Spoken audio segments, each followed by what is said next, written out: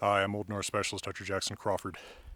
Today, I've got a little bit of like a news update. Viewer Pierre Dahl from Denmark was kind enough to write in about this, how Danish pilot Andreas Mogensen, my pronunciation of Danish will always be a little bit influenced by Norwegian, who is with the European Space Agency, is set to be the first non-American pilot to spend 6 months on the ISS, and his mission is named Hugin, after one of Odin's Ravens. So I'm going to talk a little bit about this mission. I'm not a science guy, I'm not Luke Ranieri, but I'm interested in this stuff, and I'll tell you a little bit about it from what I've read, and a little bit about the logo, which has some interesting, sparks some thoughts for me about what we know and don't know about this stuff, and a little bit about Hugin and Odins Ravens in general too.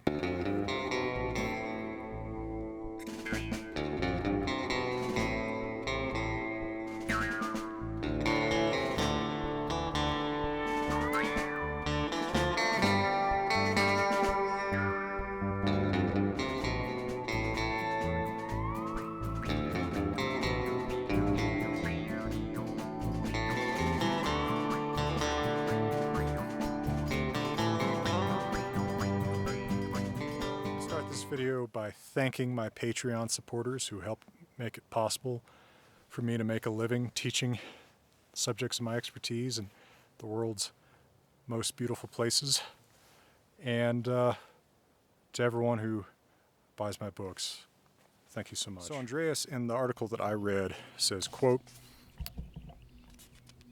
"Astronauts are explorers that travel into space to gather information and expand our knowledge of our world, much like Hugin, who was sent out each day to fly around the world and bring back information to Odin." So actually, as much as popular books and media and websites expand on Odin's Ravens and give them more details, there's really not very much detail in the original sources. The single mention, I think, of the Ravens in the Poetic Edda, our probably most authentically traceable back to the Viking Age source for Norse myths, is in the poem Grimnismal, stanza 20, which I think I have memorized. Odin says, "Hugin och munin flyga hverjan dag, jormun grund över. Omk ek of Hugin att han after ne komet, tho sjomk mer munin." So Hugin and Munin fly every day around the whole world. I fear that Hugin will not return, but I fear more for Munin.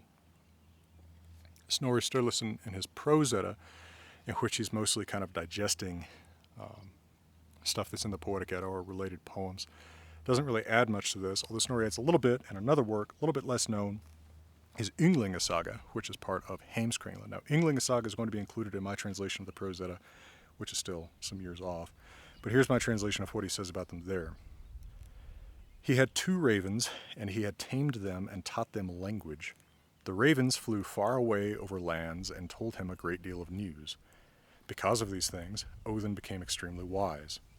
He learned all these skills by means of runes and the songs that are called Galdrar." So at least in Snorri's time, he's understanding runes as a means of accessing magic, which doesn't necessarily seem to be an ancient belief. This doesn't give us a whole lot to go on, but of course there's kind of a romance to this idea, and I think part of the romance is inspired by their names, which are often translated thought and memory. That's probably pretty good. And in fact, I've always thought that Odin saying he fears for thought, but more for memory, kind of reflects what an old man might be afraid of, right? Losing his memory more than maybe losing his rational faculties, because your memory is presumably more of your identity. But I have another video where I've talked about those names and how they might not have originally been understood as actually meaning anything that much different from each other. They're both kind of like mental power. Still, I understand and appreciate the romance of the name. Come right back to you. Let me give you just a quick word from my friends and partners at Grimfrost.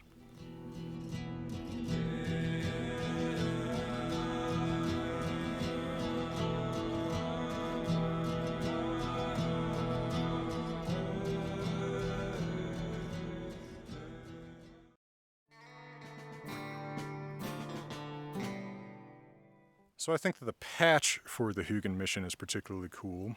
It's red and white from the Danish flag, and then it has the ESA's, quote, deep space blue. The Raven's wing has blue shading in the shape of Denmark. That's pretty cool. There's 2 stripes on his back that represent the solar panels of the ISS. Very cool. And then there's a part that gave me a little bit of pause. Reading from this article, quote, 6 stars adorning the sky of this patch form a constellation that resembles the Viking symbol for safe travels, off quote. I have no idea what they're talking about, but there's a lot of popular media and books and websites that purport to tell you Viking symbols for different things. Sometimes these are runes, which are really just letters. They don't have symbolic meaning the way that we usually think of them in the 19th to 21st centuries. Sometimes there are these so-called galdrastafir, or magical staves, which are probably mostly continental rather than Norse in origin that we find in early modern Icelandic manuscripts. You know, I wonder if what they mean is a sigil galdrastafir named Vegvisir, Wayfinder, although it doesn't look very much like this pattern of 6 stars. I do have a video about Vegvisir if you're curious about that kind of thing. The 6 stars together look to me like maybe a bind rune, 2 rune letters put together. It could be a younger Futhark N and a K, or an N and an M, or maybe an elder Futhark N and a Z. I don't know what they're getting at with it being a Viking symbol for safe travels, but that's a pretty common complaint for me to have about this stuff. Information floats around there without necessarily having good roots. I try to, on my channel and in my books, always explain what the roots are, where the information comes from. So, one last thing I'll mention that people very, very often ask about Hugin and Munin is, well, they ask about pronunciation, and the main question there is with Hugin, because if you hear modern Icelandic, it's Huginn, something more like that. That's a modern Icelandic development with that G before an I. Old Norse, you'd really expect probably something more like Hugin, Hugin. It's a difficult sound to make, a voiced velar fricative. Why are there 2 N's sometimes at the end of these names and sometimes 1? Same thing with Odin, which you sometimes see with 2 N's, sometimes with 1. It's because the second N is actually a case ending, right? It's like Latin us. It means that it's a subject. Often translators, including myself, will take off that second N in an English translation because it's not part of the core of the name. It's just a grammatical ending. But for completion's sake, when citing Old Norse words, they're usually cited in that nominative or subject form, hence Hugin or Munin with 2 N's. I have a video about this too, and lots of videos that address lots of things about the Ravens. If you just search my name and Hugin or Munin or Ravens, you'll find other stuff. But congratulations to Andreas and the rest of the crew, and thanks, Pierre, for writing in about this. And to everyone out there, especially those of you supporting this channel full of free information on Patreon or buying my books, please know I'm up here in beautiful Colorado wishing you all the best.